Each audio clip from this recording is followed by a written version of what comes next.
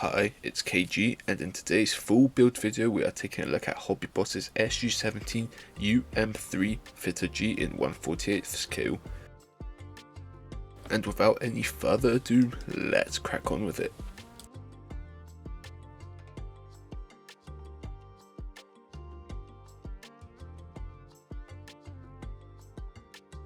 The first stage of the build process is similar to a lot of other aircraft kits. We start off here in the front gear bay. Trumpeter have a pretty nice assembly here, where you just put each side and back and front in onto these slots. However, one annoying thing with this type of assembling gear is that the gear must be inserted before you can insert the gear bay into the fuselage. This did result in it snapping multiple times, but in the end it's not really noticeable.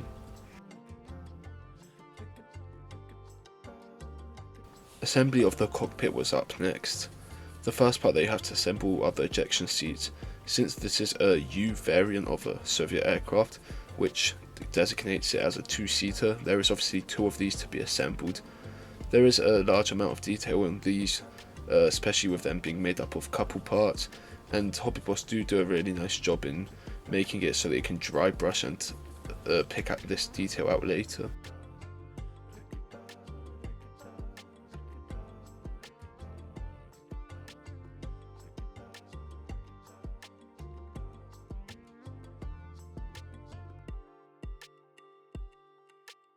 Well, sadly I lost all the footage of assembling the rest for the cockpit, but here it is. It's a pretty basic tub style with the floor and bottom sides being molded in as one part, and then you just put the side panels and here the other control panels in, and then the back wall to separate the two cockpits from each other. The detail here on the instrument panel is actually very nice. And the decals given can definitely look nice when pressed into this detail here.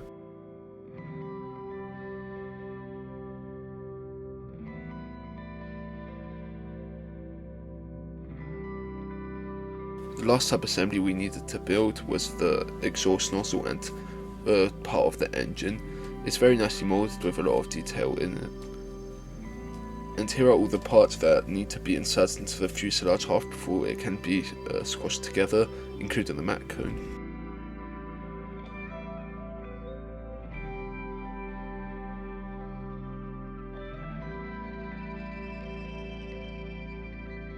As the music has been playing, we assembled the wings, and I decided to assemble the wings in the folded or swooped back position. This is partly because I thought it looked cooler than the fully extended position, and partly because I need to save space on my shelves for future projects. Here you can see one of the fuselage halves. There's a lot of nice detail molded on by Trumpeter. Here is the rear horizontal stabilizer, which now in retrospective I should have not put on at this point. As you can see, the pins that hold it in place and are used to glue it in position are very fragile, and in the end I did have to super glue the horizontal stabilizers on, which did result in a not so perfect finish. The wings also came on in this step, and they do have a very firm hold into the fuselage, so well done to Hobbyboss with that one.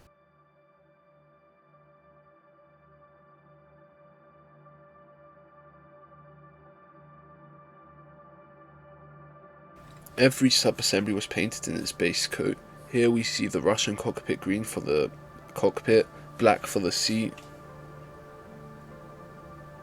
Again the cockpit green / blue for the instrument panel and the cockpit wall.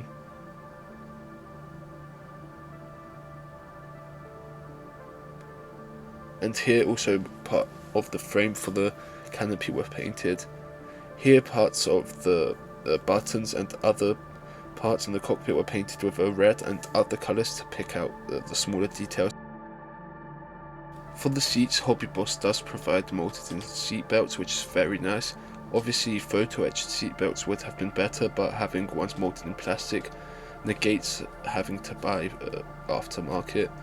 Here you can see the seat in its basic colours painted up without any weathering. I proceeded to do some dry brushing on it with grey to pick out the molded details.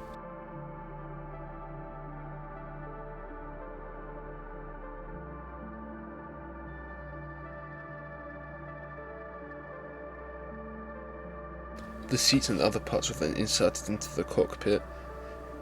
I'd done this before putting the wash, as I thought that I would want to weather the whole thing as one unified part, as well a cockpit is in the end one part and never gets taken apart like this.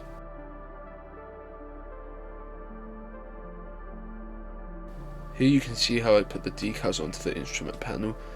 Hobbyboss's decals weren't too thick or thin, and I would say they were about the perfect thickness and went on pretty well.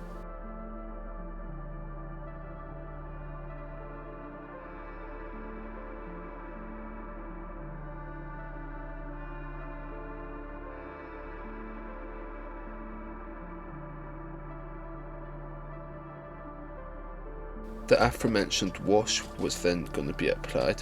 I used Tamiya's dark brown accent panel liner, as I currently find that the easiest and best to use. It's not a black, which is too extreme for things like this, but nor is it a brown. It's perfectly in the middle of being a dark brown, which simulates both grime and shadows.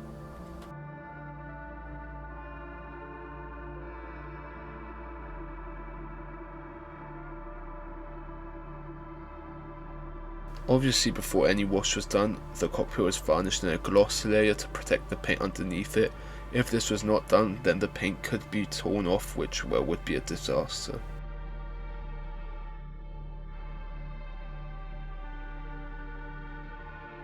So here is the end result. The cockpit here doesn't really look too weathered or worn down, which was my intention at the time, although my intentions did change later with the paint job. Other sub-assemblies that need to go in the fuselage were assembled, such as this exhaust and the gear bay. This was first painted in a grey from Tamiya, sea grey I believe, and then a layer of chipping fluid in between, and then a silver from Tamiya, aluminium I believe, also, as this was done some time ago. This was then chipped to give it a sort of worn but not worn down effect. And the same was done here in the front gear bay. As you can see, there is a bit of overspray onto the tyre, and well, a bit maybe an understatement, and instead of using a mask I just painted it with rubber black after, which well did give an extra step to the process, and I should have thought about it later, but that is a tip for future me.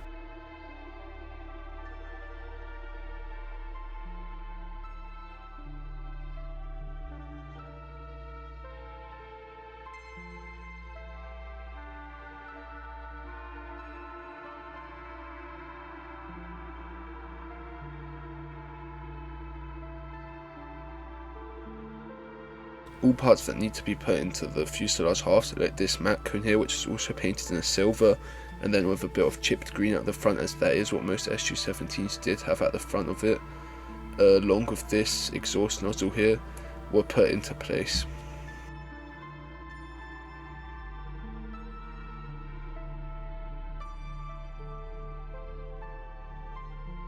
The front gear bay and cockpit were the last sub-assemblies that had to be put on before the two fuselage halves could be closed. The fit here is very good, with designated points by Hobbyboss. As you can see, there is also designated points for the cockpit to slot into above, as is I'd put now. Here is how the fuselage looks when the two halves are sandwiched together. There is a slight seam line on the top, although there is none on the bottom, but at the time, I could not be asked to clean this up, which I am now very mad at myself about, but oh well, the past is the past. As you saw, the vertical stabilizer was put in place, and now it's time to glue the horizontal stabilizers in place. Again, as I mentioned, these did snap off, along with those tiny thin parts at the end of them. Now came time to glue the wings on. What you saw me doing earlier was test fitting, which you should do at every step of the process, because you'd rather see how the parts fit together before gluing it, as well, when you glue it there is no way back without in some way ruining the plastic. So make sure to always test fit, especially larger parts like fuselage halves, wings, or any other part that may be not only on a plane but also on armor kits like hull halves and turrets.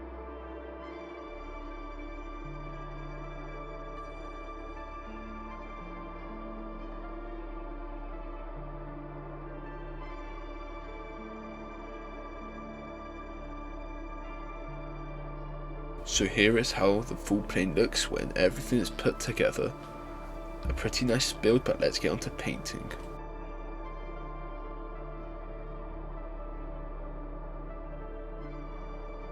The whole main assembly along with some other smaller sub-assemblies were primed in black. As you can see, I masked off the cockpit and gear that I previously painted so that this was not covered in the black paint. So I used atom paints to paint the whole plane here, using their Soviet fighter bomber set 2, I believe it's called. And well, you can see that the beige and green is already painted on, as well. I made sure to experiment before recording so that I don't embarrass myself on camera, as well they're definitely not Mr. Hobby paints for sure, but they're a mix between they say acrylics and lacquers, which I did kind of feel, and you could well feel using them, because they do feel a bit harder and like more steadier than acrylics, but they definitely don't have that level of control that I have with Mr. Hobby lacquers. However, as you can see here, I did attempt to do sort of black basing by first obviously priming in black and then sort of mottling inside the panel lines, leaving black around the panel lines to add a sort of shadow, and then marking out the camo pattern with sort of squiggly lines, as well that's what the camo was, and then with a very thin coat, as you'll see in a second, I painted over all of this. I did have to be careful to not get any overspray onto the other camo colours, and well, I could have masked this with maybe blue tack or tape, but I did not think of this at the time. However, I did not get any overspray, but if you want to be more careful, make sure to mask it.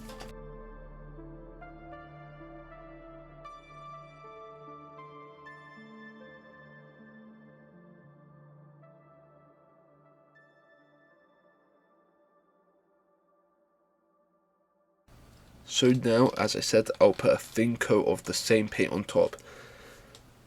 First of all, you won't see much progress, as well it is a thin coat, so make sure to slowly and steadily go back and forth without piling up too much paint in one area. That would ruin the panel lines and other details, so as I said, a thinner coat with, I do like a higher pressure for this than regularly, because I usually paint at around 15 psi, 10-15 psi. But here I used a pressure of 20 psi on the compressor to fill in the colour. Again, I did experience, I wouldn't call them problems, but difficulties in changing from lacquers to these sort of acrylic lacquer hybrids.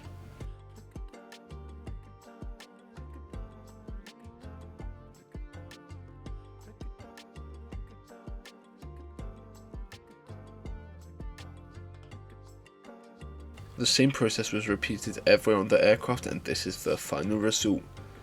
This is ready after applying a gloss coat onto the whole paint scheme, or the aircraft should I say, so that's why it looks glossy, but the atom paints are actually flat and do look pretty good without any post effect added to them. Here you can see ordnance like the fuel tank and missile pods that I decided to use. I did earlier show the bombs, but I intended not to use them later in the process. So here is the decals put on. I did originally intend to do a different paint scheme, or should I say decal scheme, with the blue 9 I believe is included. However, that decal did sort of crumble in the water as I put it in the water to, well, take it off the backing paper, and then left the room to go do something else, which well made it unusable, so I decided to go for the red 13. Overall, the decals were pretty nice and did conform to the surface rather well.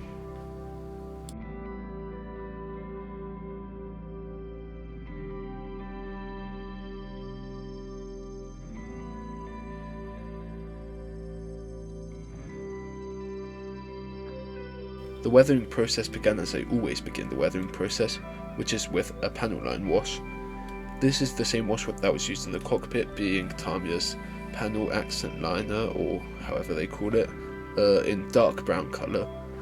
Again, as mentioned earlier, I use this because it simulates shadows in sort of areas where there would be shadows, but also grime that could be accumulated, especially on the bottom of an aircraft, which did see a lot of service, as the SU-17 in its time did see a lot of service in different wars in the Middle East, which did result in it being rather dirtied up. A pretty thick coat was applied onto the underside, as well. I wanted to go into every single detail there, as Hobbyboss does provide you with good panel line details along with rivets in a lot of areas, so I wanted that to be seen.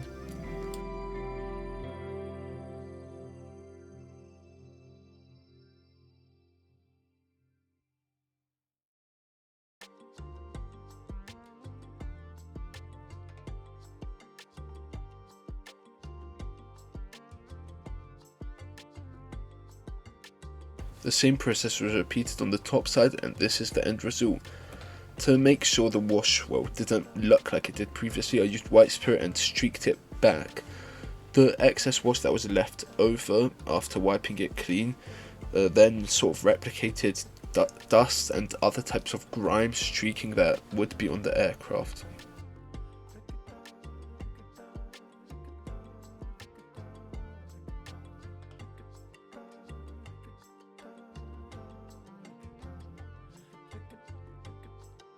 So here, a cool effect that I saw someone use online, I can't remember exactly who, I'll give credit in the description if I remember, was to do this sort of streaking on the brightest colour of the camouflage, as was seen in reference pictures. I did make sure to look at pictures of the SU-17 before doing so, as, well, obviously you want it to look as realistic as you can. There was some aircraft that did have sort of a lighter paint streaking down us from the cockpit, which could be from wear or from some sort of sun exposure, I'm not too sure, but this was visible. So I got the same paint that was used to paint the camouflage, but without sort of diluting it down or putting a black base on it or anything, and streaked it down with a thin paintbrush here. I was using a Vallejo size 4 or 2 paintbrush, I'm not sure exactly, but it's the snap paintbrush, as you see. I find this one easier to use for sort of clean lines and streaks, as it gives me more control and I can swivel it around as I want. The next step of this extensive weathering process is using oil brushes and streaker brushes from Ammo by MiG. These are essentially oil paints in the oil brushes, and were used to give sort of effects to the aircraft. What I noticed on many images of SU-17s was this dust piling up around the wing joint, which was probably from their use in the Middle East, as I mentioned. And yes, there was a lot of dust piled around this wing joint area here, and where the swivel mechanism is.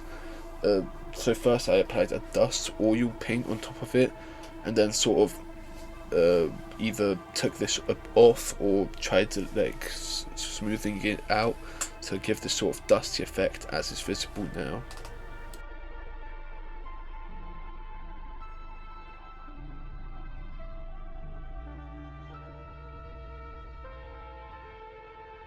A green oil paint was now used on the swivel mechanism, as this simulated the hydraulic fluid that the USSR used, or at least what I could find from a couple different sources.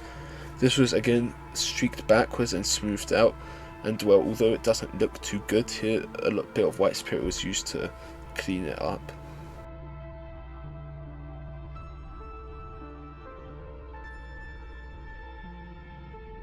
The ordnance was now going to get attached. Here you can see the fuel tanks. I've done a lot of chipping with a black and then grey on these to simulate a lot of wear, as on the reference photos fuel tanks did show a lot of wear, which I'm not sure why. Is it due to maybe bad maintenance or excessive use of them? But around a lot of the panel lines there was a lot of metallic or grey chips on them. The attachments for the ordnance are very nice on this, with the pylons having sort of holes and engravements where specific parts of the fuel tanks or the missile pods were meant to go. As you can see, they almost click into place, and honestly I could have not used any cement and have them interchangeable with the other ordnance if I built those properly.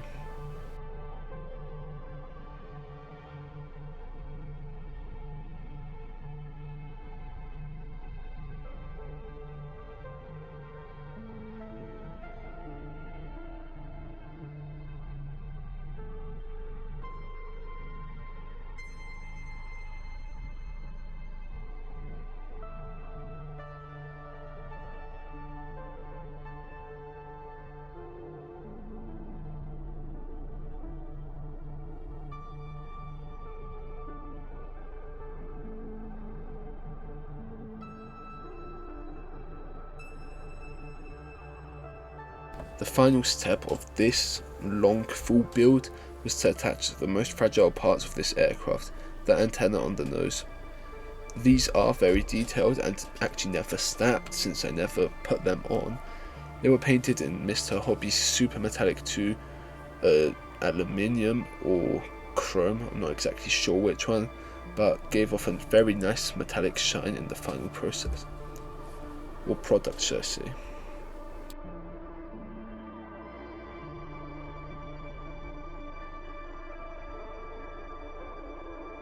And that would finish the build off.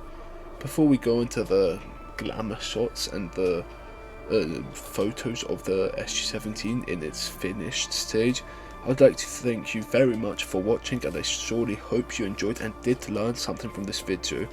I know that this channel has been rather empty with content in a while, as well school including A levels has obviously put a toll on the amount of content that I can release, but again, I hope that you did learn something or at least enjoy this video in a way, and well, that's all I can do, I guess, make you enjoy something. So without any further ado, let's get onto the photos in my all new light booth.